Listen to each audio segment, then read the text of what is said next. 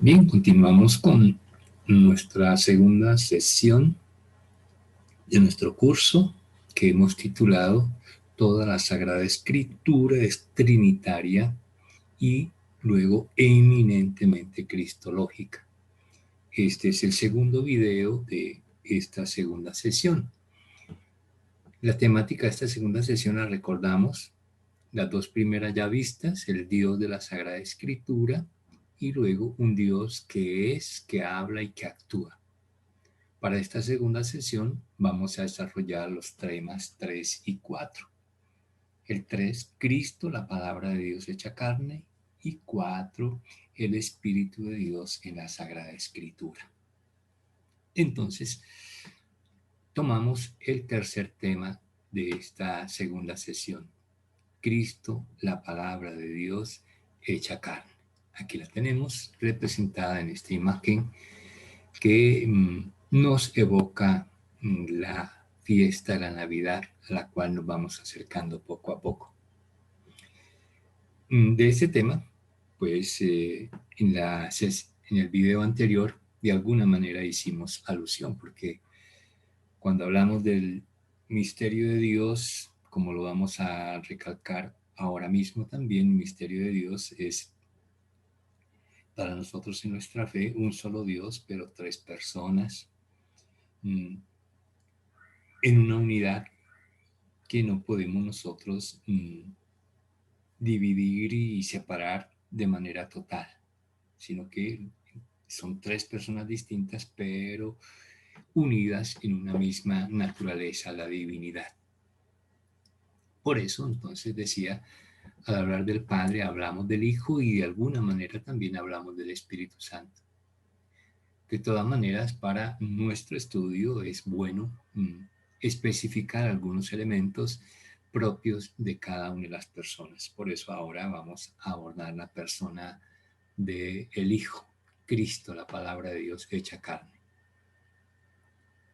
Y decíamos precisamente en el video anterior que la máxima revelación de Dios, la revelación más perfecta de Dios es precisamente a través de Jesucristo, como nos dice San Juan en el capítulo 1, verso 4, cuando el Verbo se hizo carne, y el Verbo se hizo carne y acampó entre nosotros. Es este misterio de la Navidad que decíamos, donde Dios se hace presente, uno como nosotros, entre nosotros en la persona de Jesús. Haciendo como una reflexión de este evento, entonces tendríamos aquí en este acontecimiento aquel abrazo íntimo que se da entre la divinidad y la humanidad. Abrazo que no se queda únicamente en lo universal, sino también llega a lo particular, se extiende a cada persona, a cada uno de nosotros, en la medida en que vamos entrando en contacto con la persona de Cristo, en que lo vamos conociendo y nos vamos adhiriendo a Él. Hablamos entonces de un contacto, de un encuentro, el encuentro de la divinidad con la humanidad, el encuentro de Dios con mi persona. Y esto pues tiene varias dimensiones.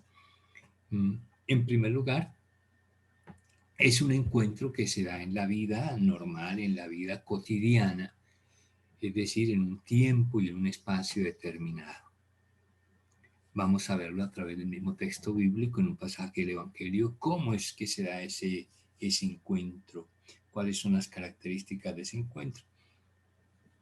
Vamos a tomar, como está aquí subrayado y en azul, resaltado el texto del Evangelio de San Juan, el capítulo 1, versos 35 al 42.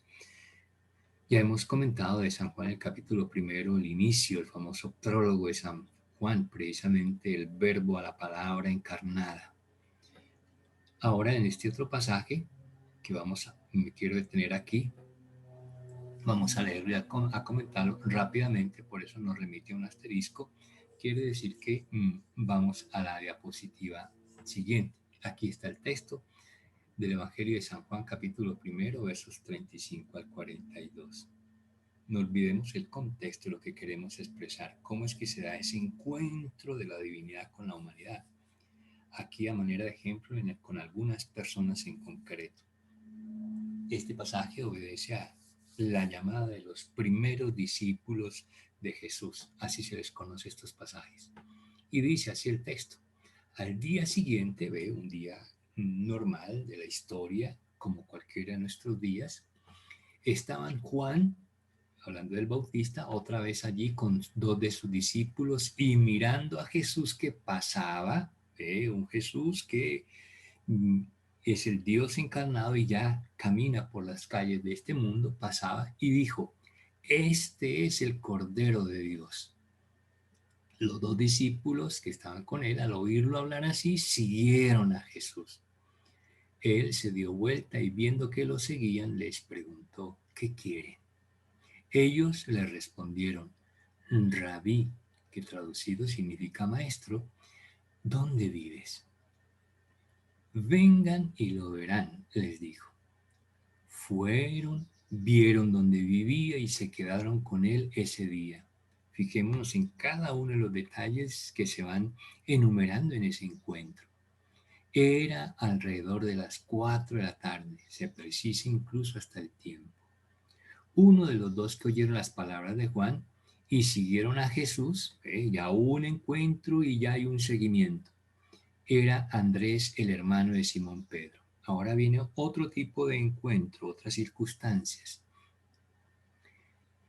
Primero, Andrés al primero que encontró fue a su propio hermano Simón, el que va a ser el famoso San Pedro, y le dijo: hemos encontrado al Mesías, que traducido significa Cristo.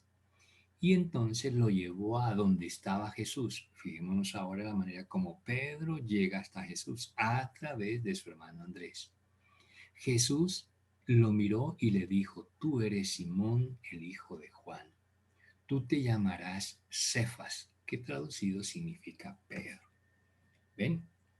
Este corto pasaje nos describe bien ese misterio grandioso del encuentro de la divinidad con la humanidad en unos hechos concretos. Así es el mismo encuentro de Jesús con nosotros, así habrá sido con cada uno de nosotros. En un momento determinado, en unas circunstancias determinadas, el Señor ha llegado hasta nosotros y nosotros nos hemos acercado a Él y le estamos siguiendo. ¿Quiénes eran estos primeros discípulos? Unos hombres de vida sencilla que empiezan a ser transformados en su vida, hasta, como veíamos ahí en la parte final del texto, hasta en el mismo nombre, como en el caso de Pedro, ¿sí? El Señor le cambia el nombre, ¿ves? Empieza toda una transformación en la vida de la persona. Esto, llevándolo como a la reflexión, es el significado de una vida que es atravesada por Cristo. Y esto hace entonces que la vida empiece a ser diferente, con proyectos diferentes. De igual manera, les decía, nos sucede a cada uno de nosotros en nuestra vida cristiana y mucho más palpable, mucho más diciente en nuestra vida religiosa, cuando hemos encontrado nuestra vocación en el seguimiento a la persona de Jesús.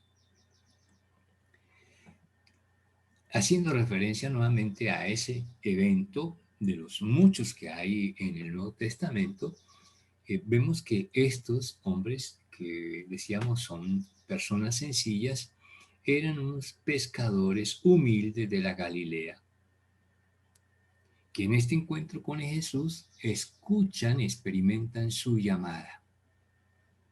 Esa llamada que los lleva a ellos en su transformación que decíamos en su vida, a dejarlo todo, a abandonarlo todo, como nos lo dirá otro de los evangelistas, capítulo 5, verso 11.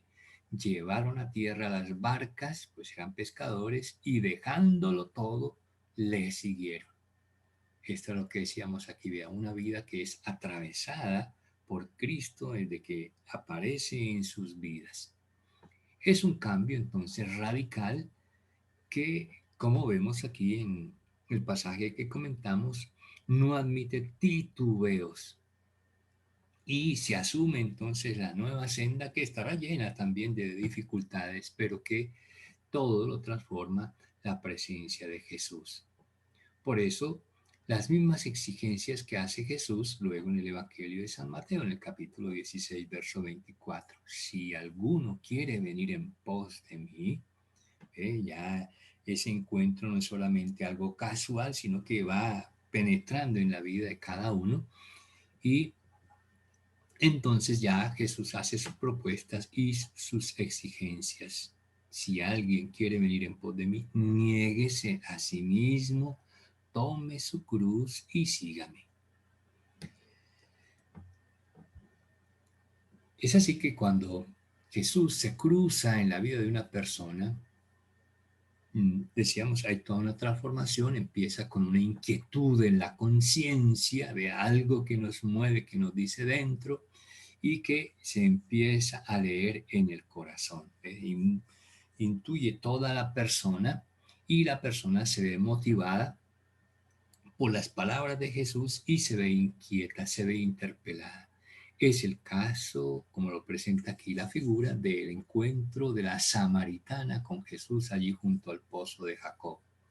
Y ella dirá, capítulo 4 de San Juan, todo el encuentro de Jesús con la samaritana, en el verso 29, ella lo dirá y lo expresará de esta manera. Todo, me ha dicho todo lo que yo he hecho. O sea, Jesús que conoce nuestras vidas, que llega a nuestra existencia, que sabe de nosotros y empieza así de esa manera a llamarnos, a inquietarnos, a seducirnos. Y también incluso con otras reacciones como la experimentamos en la mujer y la experimentamos en muchos otros que tuvieron encuentro con Jesús, como en el caso de Zaqueo, por ejemplo, que en ese encuentro con Jesús encontró el motivo para un arrepentimiento en su vida, para un cambio en su vida, una conversión y una manifestación también de sentimientos nuevos como los que transmite Jesús, el sentimiento del amor. Al punto que en ese encuentro con Jesús termina diciéndole Zaqueo, daré la mitad de mis bienes a los pobres. E incluso motivado a restituir, dice él, 4 veces más lo que ha defraudado, pues era recaudador de impuestos. Eso está en Lucas capítulo 19, verso 8. Recuerdo que es importante que cuando tomemos nuestro estudio, paremos el video, el audio, abramos nuestra Biblia y vayamos leyendo inteligentemente, como les he insistido, el texto bíblico. Y después de leer inteligentemente, pues la meditación e incluso la misma oración que nos puede sugerir el texto. También otro caso es el de la mujer pecadora arrepentida que aparece en el Evangelio en San Lucas, capítulo 7, verso 47, ¿sí? De la cual el Señor dice que le perdona sus muchos pecados porque ya ha encontrado también en ella una inquietud, una conversión hacia la persona de Jesús. Ha amado mucho. Igualmente en el San Juan capítulo 8, verso 11, otro pasaje, otra persona, la adúltera, a quien sus conciudadanos juzgan y condenan y quieren lapidarla. Y el Señor entonces sale en su defensa.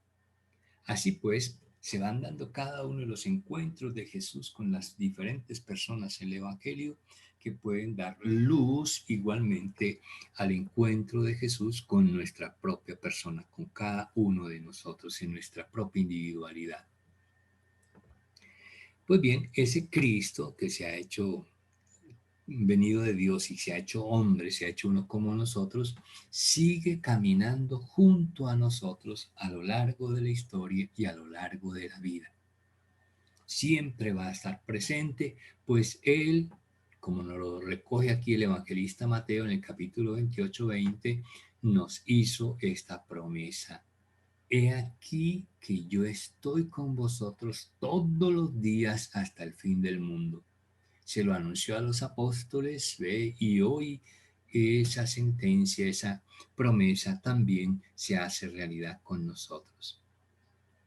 Y para nosotros como cristianos, como católicos y como religiosos especialmente también, esa presencia de Cristo entre nosotros se hace de manera permanente, no solamente dominical cuando vamos a la Eucaristía, sino en nuestra vida religiosa, dentro de nuestra vida diaria. Cristo que está presente en la Eucaristía, como lo refleja la imagen del Santo Padre celebrando la Eucaristía. Y estos misterios y estas palabras de Jesús son para nosotros motivo de esperanza y de vida, porque volvemos a las palabras de Jesús en este evento eucarístico, cuando Jesús dice, recoge el evangelista San Juan en el capítulo 6, los versos 54 y 56, el que come mi carne y bebe mi sangre tiene vida eterna y yo lo resucitaré en el último día. Y luego en el verso 56, el que come mi carne y bebe mi sangre permanece en mí y yo en él.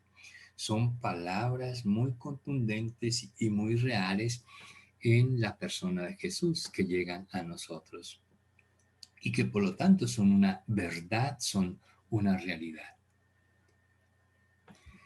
Así pues, con esa presencia de Cristo, entonces ya tenemos lo que es, así en rasgo general, la presencia del Dios Padre en el Antiguo Testamento y luego la presencia de Dios Hijo en el Antiguo y en el Nuevo Testamento, como lo acabamos de ver hasta nuestros días.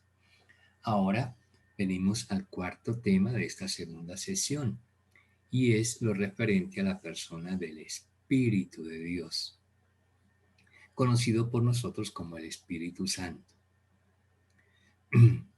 El término o la categoría Espíritu de Dios es para aplicarlo y entenderlo en el contexto del Antiguo Testamento. Espíritu Santo ya es el contexto del Nuevo Testamento porque ya se nos manifiesta quién es ese Espíritu y lo conocemos así como el Espíritu Santo. Entonces, ¿cuál es la presencia del Espíritu de Dios en la Sagrada Escritura? Bueno, lo primero que advertimos es que cuando hablamos del Espíritu de Dios, no lo podemos separar del Padre y del Hijo. Les decía al comienzo cómo son parte de una unidad. De todas maneras, para nuestro conocimiento, para nuestro estudio y ahora en estos momentos en mi exposición, entonces de alguna manera separo, diferencio el uno del otro. Así que entonces vamos a hablar del Espíritu de Dios. ¿Por qué? Porque el Espíritu también tiene su propia manera de revelarse. Así como el Padre se reveló, se manifestó en la creación y en la conducción de la historia en un proyecto de salvación, así también como el Hijo se nos manifestó en la persona de Jesús, el Verbo encarnado, también tenemos ahora manifestaciones propias de la revelación del Espíritu de Dios, manifestándonos igualmente su propia personalidad. Por eso en nuestro credo lo profesamos, 3 personas distintas, cada uno tiene su propia personalidad.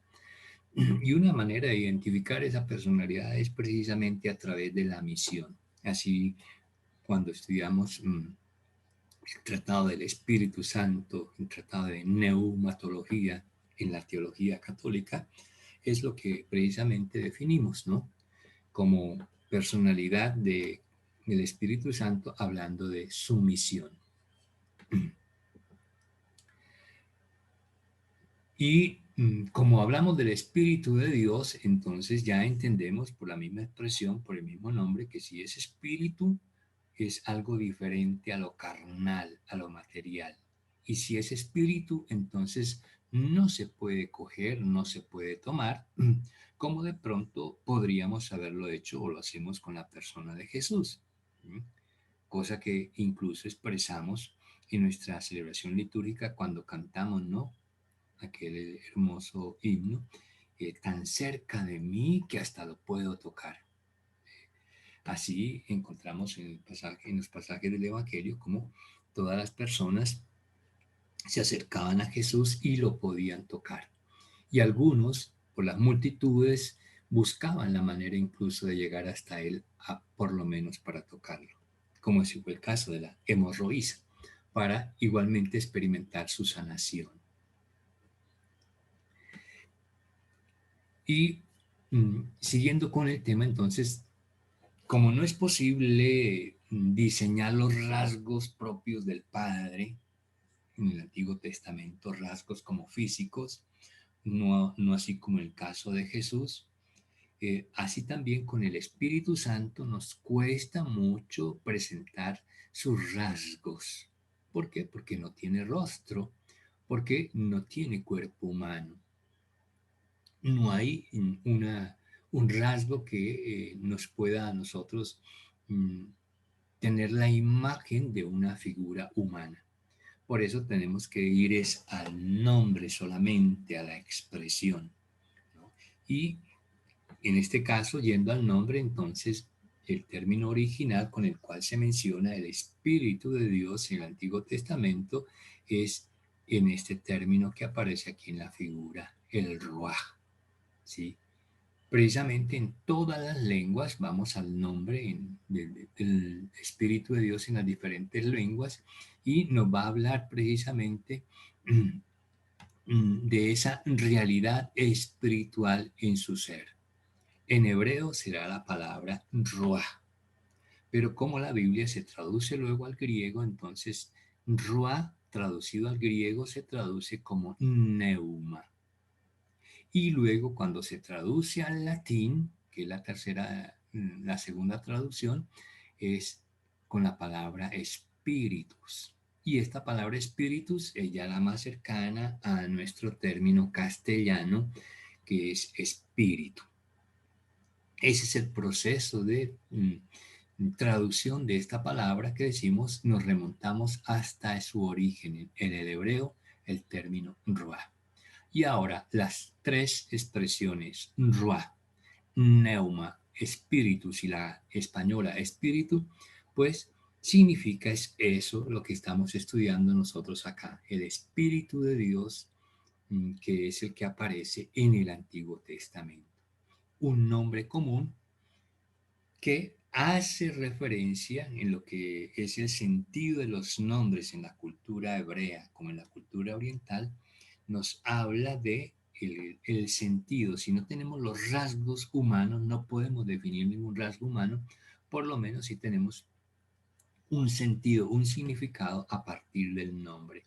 Y entonces, para entender esos significados y esos sentidos, tenemos que valernos, nos lo muestra así la misma Sagrada Escritura, de los fenómenos naturales, como son, uno, el viento, lo que encontramos fuera en la naturaleza, el viento, ese es un, un, un mensaje, un signo, una imagen que nos permite a nosotros evocar la presencia del Espíritu Santo. Y la otra imagen es el de la respiración que hay dentro de nosotros mismos, ¿ve? Que no es otra cosa que cuando tomamos el viento que está en la naturaleza y lo tomamos para oxigenar nuestro ser, nuestro organismo. Les decía que estas mismas imágenes son tomadas de la Sagrada Escritura. Un caso concreto, no es el único, pero hay muchos pasajes. Encontramos aquí o citamos acá el Salmo 104, el verso 30. Con esto entonces ya entendemos que nos es imposible a nosotros tomar al Espíritu Santo como de pronto tomaríamos la persona de Jesús que lo podríamos tocar. En el caso del Espíritu Santo no lo podemos tocar, no lo podemos coger, pero sí podemos entonces oír su voz. ¿Ve? Ya aquí hay un avance muy importante para nosotros en esa manifestación de la revelación de Dios. Y como decíamos, es como un viento y el sonido de nuestra voz es eso, como un sonido suave, un viento suave que nos trae un mensaje. De igual manera, entonces, es la voz del Espíritu Santo. De ahí que San Juan diga en el capítulo 3, verso 8, texto que citamos acá, que cuando escuchamos esta voz del Espíritu como el viento, no sabemos ni de dónde viene ni para dónde va. ¿Sí? Y esto nos habla ya de lo que es el misterio de Dios. ¿Ve? Nos adentramos nuevamente en el misterio de Dios. Toda la Trinidad es un misterio, el Padre es un misterio, el Hijo, aunque se nos reveló, haciéndose carne como nosotros, haciéndose un ser humano como nosotros, el misterio para nosotros es cómo es que, siendo como nosotros tan humano, es Dios. Precisamente fue el escándalo de los judíos que llevaron a condenar a Jesús de blasfemo. Para hablar del Espíritu Santo también encontramos en la Sagrada Escritura unos grandes símbolos que nos hablan, que nos representan al Espíritu Santo. ¿Cuáles son esos símbolos? El agua, el fuego, el aire y el viento que ya decíamos, ¿no? Todos estos elementos que son propios de la naturaleza, pero que nos evocan, a nosotros como creyentes, como hombres de fe, nos evocan la presencia del Espíritu Santo en el mundo y en torno a nosotros y dentro de nosotros mismos. Esto, decíamos, para nosotros es un gran misterio, ¿eh? Que solo lo entendemos, solo lo comprendemos desde la fe. Desde la fe se nos hace a nosotros comprensible. Por eso, entonces, aparecen aquí al final otros textos bíblicos que nos vienen a explicar lo que acabamos de comentar, ¿no? Juan capítulo 4, verso 24, y luego San Pablo en la segunda carta a los Corintios, capítulo 3, verso 17. Dios es espíritu, el Señor es espíritu. El Padre, el Hijo y el Espíritu Santo forman parte del mismo misterio, entonces los tres también están unidos en el mismo espíritu. En concreto, entonces, ¿cómo aparece el Espíritu de Dios en el Antiguo Testamento? En toda la Sagrada Escritura. Vamos a ver primero en el Antiguo Testamento y luego en el Nuevo Testamento. Cuando hablamos de Antiguo Testamento, entonces la expresión propia correcta es el Espíritu de Dios. En el lenguaje original es el Ruach Yahvé. Ruach Yahvé, Espíritu de Dios o Espíritu del Señor también. Y para el caso del Nuevo Testamento, entonces ahí sí ya hablamos del Espíritu Santo, porque ya viene la revelación, su manifestación en Pentecostés, y desde el mismo anuncio que nos hace Jesús de ese evento, nos lo anuncia como el Espíritu Santo. Entonces ya es el nombre con el cual identificamos aquel Espíritu que se hablaba de él, se anunciaba en el Antiguo Testamento, pero no se le conocía. Y por lo tanto se le llamaba Ruach Yahvé o Espíritu de Dios o Espíritu del Señor. Pero ¿cómo hace presencia ese Espíritu del Señor en el Antiguo Testamento? Entonces lo fundamental es tener en cuenta esto, que aparece como una fuerza que viene de parte de Dios y es una fuerza que va transformando. Recordemos que desde el mismo comienzo de la vida, de la historia, de la humanidad, del mundo, por lo tanto, de la misma Sagrada Escritura, ese es el comienzo de esa historia, de ese mundo y de esa Sagrada Escritura. Una fuerza de Dios que está presente y que empieza a transformar lo que hay para hacer la creación. Un relato que empieza así precisamente pueden ir a los primeros versículos del libro del Génesis, capítulo primero, primeros versículos. En el principio existía la palabra y la palabra era Dios. En el principio todo era caos, todo era vacío, ¿eh? Y el espíritu, en hebreo, el Ruach Yahvé, el espíritu de Dios, se cernía sobre las aguas, ¿eh? Ya estaba presente desde antes de la creación. Y luego entonces, a medida que va apareciendo la creación, es con esa fuerza de Dios, que es su espíritu, que empieza a transformar, a hacer, a crear lo que hoy llamamos nosotros el mundo y con él la propia historia. Bueno, pero vamos a ver entonces cómo esa fuerza divina no solamente aparece en la creación, sino que también aparece luego en la historia a través de las personas. Vamos a tomar aquí como los tópicos más sobresalientes de esa intervención del Espíritu Santo. Y entonces mencionaremos en primer lugar a los jueces. ¿Quiénes eran los jueces? Aquellos líderes del pueblo de Israel cuando ellos se establecieron ya en Canaán, en la tierra prometida, en Palestina. Su organización entonces empieza a ser un poquito de estilo político y convienen en tener unos líderes y ese líder en cada tribu tiene el nombre de juez. Pues bien, estos jueces no nacieron jueces, sino que Dios los estableció como jueces mediante la participación de su espíritu, del Ruach Yahvé, del Espíritu de Dios en ellos. El Espíritu de Dios suscitó a estos personajes para que pudieran fungir como jueces dentro del pueblo de Israel.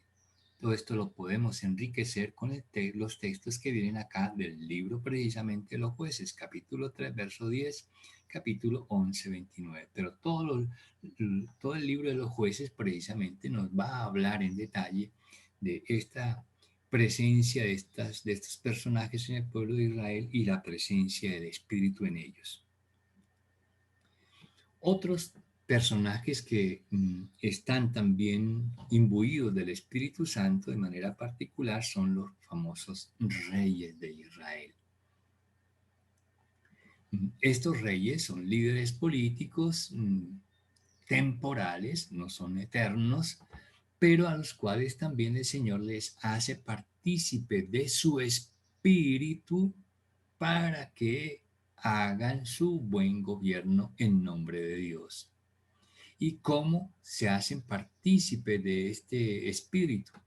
En lo que se conoce en los relatos bíblicos como el rito de la unción. Se les unge como reyes y en ese momento entonces reciben también el Espíritu de Dios para que los acompañe en sus gobiernos.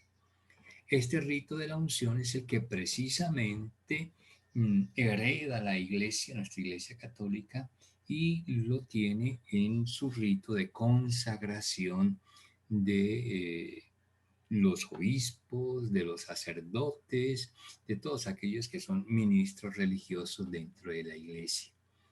Ellos reciben la unción del Espíritu que los hace personas sagradas al servicio de Dios, consagradas al servicio de Dios. Así eran también consagrados los reyes. A manera de ejemplo, tomamos estos textos de 1 Samuel 10:1 y luego 16:3. Entonces, hemos hablado de los jueces, hemos hablado de los reyes, ahora hablemos de los otros personajes importantes en el pueblo de Israel como son los profetas, hombres de Dios. ¿Y hombres de Dios por qué? Porque fueron también suscitados por el Espíritu Santo. Eran hombres también del pueblo común y corriente, pero llamados por Dios para transmitir su mensaje. Y el Señor entonces les hace partícipe de su espíritu, el espíritu de Yahvé, para que ejerzan ese ministerio. De tal manera que lo que ellos comuniquen no sean su propia palabra, sino el mensaje que Dios quiere transmitirles, iluminando la historia del pueblo. Así entonces vemos que hay prácticamente un enlace entre lo que es la palabra de Dios y el Espíritu. Es algo que está latente en todo el Antiguo Testamento y que manifiesta esa unión, palabra de Dios y espíritu, como lo expresa concretamente el texto de Primera Reyes, capítulo 19, los versos 12 y 13. Así entonces el espíritu de Yahvé no solamente es inteligencia y es fuerza, sino que es, ante todo, conocimiento de Dios, del misterio de Dios, de la persona de Dios en el Antiguo Testamento, del Padre, de Yahvé, y luego también de sus caminos, de sus proyectos, de sus planes, como dirá Isaías capítulo 11, verso 3. Y además entonces de los jueces, de los reyes, de los profetas, hay una figura muy importante en el Antiguo Testamento que se conoce con el siervo de Yahvé, figura de la cual nos habla expresamente el profeta Isaías. Él es el que más nos habla y nos describe incluso rasgos del siervo de Yahvé y que lo identifica incluso como el Mesías que ha de venir. Mesías que para nosotros luego será la persona de Jesús. Por eso entonces en el capítulo 53 encontramos en uno de los 4 cánticos que precisamente le dedica el profeta Isaías al siervo de Yahvé, encontramos esta cita en el verso 11 del capítulo 53, hablando de ese siervo de Yahvé. El siervo, por sus sufrimientos, justificará a muchos, a las multitudes. Y esto, para graficarlo y tenerlo mucho más claro en una imagen, es lo que encontramos aquí en la fotografía en la parte de la derecha. ¿Ve? Esta es la persona de Jesús, una de las imágenes que nosotros tenemos en la Semana Santa, en la Semana de la Pasión del Señor. Y aquí lo encontramos, ve la representación gráfica de lo que anunciaba el profeta Isaías. El siervo que por sus sufrimientos, como está aquí manifestado, expresado en la imagen, y luego ante la sorpresa también del bebé, que representaría aquí toda la humanidad, el ser humano ante el misterio de Dios, como siendo este Dios se encuentra así sufriendo, ¿ve? Está cumpliendo una misión, por eso es el siervo de Yahvé. Y con ello entonces el siervo con su sufrimiento va a establecer la justicia en el mundo y esa justicia conlleva también para nosotros la salvación. Y el Espíritu de Dios entonces también estará presente en la figura del siervo. Y cómo no vamos a entender nosotros entonces la unidad que hay entre Jesús y el Espíritu. Cuando está presente en él y él luego nos lo anuncia, nos lo promete y nos lo participará en Pentecostés. Así entonces vemos la unión de la palabra de Dios y el Espíritu. Esta palabra de Dios que en el siervo aquí anunciado de Isaías será luego en el Nuevo Testamento encarnado en la persona de Jesús. Y a través también de su palabra, entonces aparecerá la fuerza de su Espíritu. Palabra de Dios y Espíritu estrechamente unidos que nos realizan todo el misterio de Dios. Luego también otro aspecto importante que hay es que en el Antiguo Testamento se le promete al pueblo como tal, se le promete el Espíritu de Dios, el Ruach Yahvé. El pueblo también va a poseer el Espíritu de Dios.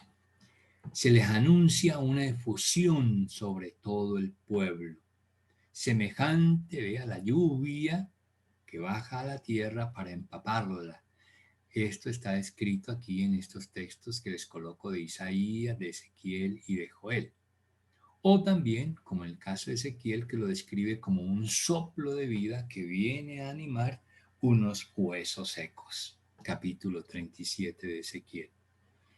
Y luego, a través de esta fusión sobre todo el pueblo, se va a producir, el efecto es una creación nueva. Atención, estamos hablando sobre el pueblo, presencia del Espíritu Santo de manera abundante, efusiva, y luego produciendo una renovación, una creación nueva, buscando en el pueblo, en la sociedad, toda una transformación. con estos textos que también vienen aquí asignados, podemos profundizar esta exposición.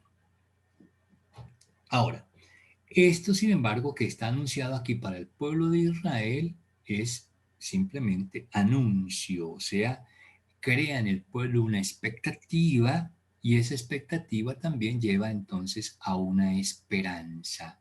Se empieza a alimentar por parte del pueblo de Israel ese entusiasmo y esa esperanza de que se acerque, de que llegue ese evento, la presencia del Espíritu en todo el pueblo. Pero estamos en el Antiguo Testamento, entonces es promesa y es esperanza. ¿Por qué? Porque como diría San Juan luego en el Nuevo Testamento, capítulo 7 verso 39, el Espíritu de Dios, llamado así en el Antiguo Testamento, el Espíritu de Yahvé, todavía no se había dado. Aquí apenas se promete, todavía no se ha manifestado, todavía no ha venido. Y eso nos lo recuerda San Juan en el capítulo 7, verso 39. Vendrá su cumplimiento se dará cuando llegue el momento de Pentecostés. Así pues, entonces tenemos ese anuncio del Espíritu sobre el pueblo. ¿Y qué significado tiene esto del Espíritu sobre el pueblo? Que cuando venga este don, el don del Espíritu, para que se dé ese evento o cuando se dé ese evento será algo que a nivel humano nosotros llamaríamos, sería algo como inaudito, ¿sí? Algo tan extraordinario, tan maravilloso, tan majestuoso de parte de Dios, al punto que esto lo recoge el profeta Isaías allí en su momento y lo expresa de la siguiente manera en este texto, el capítulo 63, verso 15 al 19. Ante esa expectativa del Espíritu, de la promesa del Espíritu sobre el pueblo, manifiesta por parte del pueblo también esa sed de Dios, que Dios venga a poseerlos, a tomarlos, a transformarlos. Y el profeta Isaías lo expresa así: tú, Yahvé, eres nuestro Padre. Ya es una confesión de fe. Vean cómo en las palabras del profeta Isaías aparece clara la imagen que se tiene por parte del pueblo de Dios. Padre, tú eres nuestro Padre. Entonces ahora viene la invocación. ¿Por qué, Yahvé, por qué, Señor, nos dejas errar lejos de tus caminos? ¿Por qué? ¿Por qué permites que nosotros te fallemos, nos equivoquemos? Y pues no está transcrito todo el texto, siguen unas palabras más, están los puntos suspensivos y termina entonces con esta invocación: oh Señor, si rasgara los cielos y bajaras. ¿Eh? Estos textos también los vamos a escuchar precisamente el profeta Isaías ya próximamente, en las próximas semanas, cuando demos inicio al tiempo del Adviento que ya se nos avecina. Y esto es lo que llevamos precisamente a uno de los cantos de nuestras liturgias. Recordemos, cuando en Adviento tomamos como canto de entrada a nuestras Eucaristías: oh cielos, lloved de lo alto, oh nubes, derramadnos al Santo. Es este texto del profeta Isaías. La humanidad sedienta de Dios. ¿Y cómo vendrá Dios? En esa promesa del Espíritu Santo. Bien, ¿cómo aparece entonces ahora el Espíritu Santo en el Nuevo Testamento? Quedamos que en el Antiguo Testamento era una promesa. En el Nuevo Testamento entonces empieza a aparecer primero en la persona de Juan el Bautista, la figura del Bautista, que ¿quién es él? Es aquel eslabón de la cadena de los profetas que une el profetismo del Antiguo Testamento con el profetismo del Nuevo Testamento. La misión del profetismo es anunciar la venida del Mesías. Por lo tanto, Juan el Bautista será aquel profeta que ya diga que no que el Mesías va a venir, sino aquel que nos dirá: el Mesías ya ha llegado, está entre nosotros. Y como tomábamos el primer texto de este segundo video, Juan el Bautista que está con sus discípulos, dos de sus discípulos, y va pasando Jesús y lo señala y les dice: he ahí el Cordero de Dios. Ese es, ya lo puede él mostrar. Ahora, ¿cómo aparece el Espíritu Santo? Ya aparece en la vida del profeta del Juan el Bautista, del mismo momento en que se encontraba en el vientre de su madre. Allí ya hay manifestaciones del Espíritu Santo en su presencia. Y luego en su ministerio, cuando Juan el Bautista está predicando, él trae este anuncio que nos recoge el evangelista Mateo en el capítulo 3, verso 11. Yo os bautizo en agua para la penitencia, pero él os bautizará, hablando de Cristo, del Mesías, en el Espíritu Santo y el fuego. Ya él mismo advierte, ¿no?, que él hace un bautismo simplemente de agua. Y el bautismo de Jesús será el bautismo de agua, el agua unida al Espíritu Santo. Por eso decíamos, es una de las imágenes materiales, el agua que evoca la presencia y la acción del Espíritu Santo. Efectivamente, nosotros cuando somos bautizados con agua, pero el agua no es la que nos santifica. Es lo que hay en el agua, es lo que viene en el agua. ¿Y qué es lo que viene en el agua? El Espíritu Santo. Luego pasamos a otro personaje, después de San Juan el Bautista, al mismo Jesús, que también desde el momento de su concepción, es obra del Espíritu Santo. Ese es el anuncio que tenemos nosotros precisamente en la encarnación, cuando el ángel se lo anuncia a la Virgen María. Aquí tenemos otros textos también de Mateo y de Lucas, de los evangelios sinópticos, que nos hablan de esa presencia del Espíritu Santo en la vida de Jesús. Luego también, no solamente en la concepción, sino en toda la obra de Jesús, en lo que conocemos como el ministerio de Jesús o la vida pública de Jesús, vamos a encontrar siempre presente la presencia del Espíritu Santo en la intervención de Jesús, en la figura y en la persona de Jesús. Lucas 4:14. Con esa presencia del Espíritu es que Jesús afronta al demonio en las tentaciones, Mateo capítulo 4, verso 1. Con esa presencia del Espíritu Santo y con su fuerza es que libera a las víctimas del demonio, los que están poseídos, capítulo 12, verso 28 del mismo Evangelio de Mateo. Con la misma presencia y dinamismo del Espíritu, entonces Jesús anuncia su mensaje y atrae a los pobres hacia el Evangelio. Luego, en las curaciones, en los llamados milagros de Jesús, aparece siempre esa fuerza y esa acción del Espíritu Santo. El Espíritu Santo actuando junto a la persona de Jesús.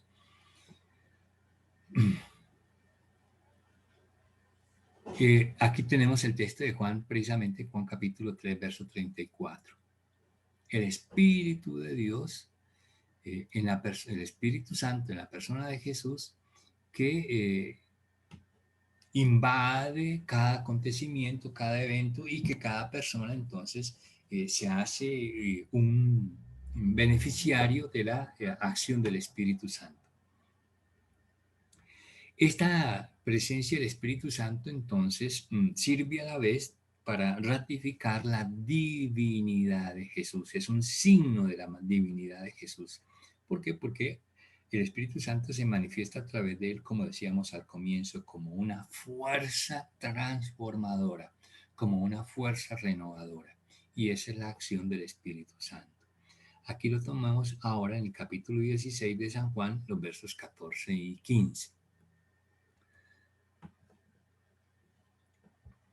También en el ministerio de Jesús y en su predicación encontramos cómo él anuncia y promete ya, ahora sí, la cercanía del evento del Espíritu entre nosotros, el anuncio del Espíritu por parte de Jesús. Y esto nos permite ver que en primer lugar Jesús, mientras vive entre nosotros, está actuando bajo la acción del Espíritu Santo, no bajo la acción, sino con la acción del Espíritu Santo en unión con él, y queda claro que no hay quienes reciben sus favores, sus milagros, sus predicaciones, no logran tampoco pues separar a qué es la persona de Jesús y qué es el Espíritu Santo, cuál es la acción de Jesús y cuál es la acción del Espíritu Santo, sino que aparece esa acción de ambos de manera tan estrecha y unida que no se les puede identificar por separado. Sin embargo, para que nosotros logremos apreciar la presencia del Espíritu Santo y su acción entre nosotros, es necesario que Jesús, y lo dice él, es necesario, precisa que yo me vaya, ¿ve? Que Jesús no esté. Entonces, estamos hablando aquí del evento de la ascensión del Señor, cuando Jesús vuelve al cielo. Este anuncio lo encontramos también en el Evangelio de San Juan, en los textos del capítulo 7, verso 39, y luego en el capítulo 16, verso 7. Tan solo así, cuando ya Jesús no esté y esté el Espíritu Santo entre nosotros, se reconocerá o reconoceremos lo que es el Espíritu y lo que nos viene de él. Ya, ahora sí, vamos a tomar mayor conciencia de lo que es el ser del Espíritu Santo, su realidad, aun cuando es espiritual, pero lo que significa su presencia para nosotros. El Espíritu Santo, ante la ausencia de Jesús, ocupará su lugar. Capítulo 16, 14, 16 de San Juan y 16, 7 también de San Juan. Y aun cuando es distinto de la persona de Jesús, no va a hablar en nombre de él, sino en nombre de Jesús. Jesús nos prometió que iría al Padre y nos enviaría al Espíritu Santo, que era su propio Espíritu. Por eso cuando Él viene, cuando el Espíritu Santo se manifiesta, habla no en nombre propio de Él, sino en nombre de Jesús. Y lo que sea la obra del Espíritu Santo será para glorificar también a la persona de Jesús. Nuevamente San Juan capítulo 16, versos 13 y 14. Pues bien, este Espíritu prometido por Jesús ha llegado y quien lo recibe entonces es la iglesia. En el Antiguo Testamento hablábamos del pueblo, así se menciona, ese era el término, el pueblo, la promesa del Espíritu al pueblo, entendiendo que ese pueblo es el pueblo de Israel. Ahora ya en el Nuevo Testamento no se habla del Espíritu que viene al pueblo, sino que viene a la iglesia. ¿Y quién es la iglesia? Es el nuevo pueblo, esa nueva creación, el pueblo de Dios restaurado, el pueblo del Antiguo Testamento, que ya en el Nuevo Testamento entonces tiene una nueva dimensión y un nuevo nombre, y es la iglesia. Por eso lo decimos acá. La iglesia, como nueva creación, no puede nacer sino del Espíritu. Nacimos del Espíritu, somos obra del Espíritu, somos conducidos por el Espíritu, y digo somos porque en el Espíritu Santo es que somos iglesia, como lo estamos tratando. Juan capítulo 3, versos 5 y 6. Y luego todos los eventos, todos los hechos que encontramos nosotros narrados en el libro de los Hechos, nos hablan de esa presencia y esa acción del Espíritu, al punto que en la ciencia bíblica al libro de los Hechos se le llama así el Evangelio del Espíritu. El libro de los Hechos de los Apóstoles es el Evangelio del Espíritu porque es todo un libro que nos habla precisamente del Espíritu Santo. Aquí encontramos, para no alargarme ya más, encontramos otros textos que nos hablan de esa presencia y esa acción del Espíritu Santo y cómo aparece patente su acción dentro de lo que conocemos y llamamos la iglesia. Los invito para que se detengan en cada uno de estos textos de manera pausada, que los lean inteligentemente y hagan también su propia reflexión. Así entonces vemos, para finalizar, cómo el Espíritu Santo es esa fuerza que no solamente crea la iglesia, sino que la impulsa, la va llevando, la va guiando y la va impulsando hacia lo que fue el mandato misionero de Jesús a los apóstoles. Vayan al mundo entero, hasta los rincones, hasta los confines de la tierra y anuncien el Evangelio. predicación que recoge el mismo libro de los Hechos de los Apóstoles en el capítulo 1, verso 8, recordando precisamente ese envío misionero por parte de Jesús. Por lo tanto, estamos cumpliendo con la misión de Jesús, es la obra de Jesús, pero llevada, guiada y animada por el Espíritu Santo. Y así entonces la obra de Jesús sigue presente en el mundo y sigue creciendo y se sigue multiplicando, como lo encontramos en el libro de los Hechos, capítulo 6, verso 7, capítulo 12, verso 24. Y todo esto al mismo tiempo motivando, llevando a la iglesia, llevando a cada cristiano con la experiencia y la sensación que produce el Espíritu. ¿Y cuál es esa sensación? Nos dice Hechos de los Apóstoles, capítulo 13, verso 52, el gozo, la alegría de sabernos amados por Dios, unidos a Dios, guiados por Dios, bendecidos por Dios. ¿De qué manera? A través precisamente de su Santo Espíritu. Bien, aquí terminamos entonces nuestra segunda sesión.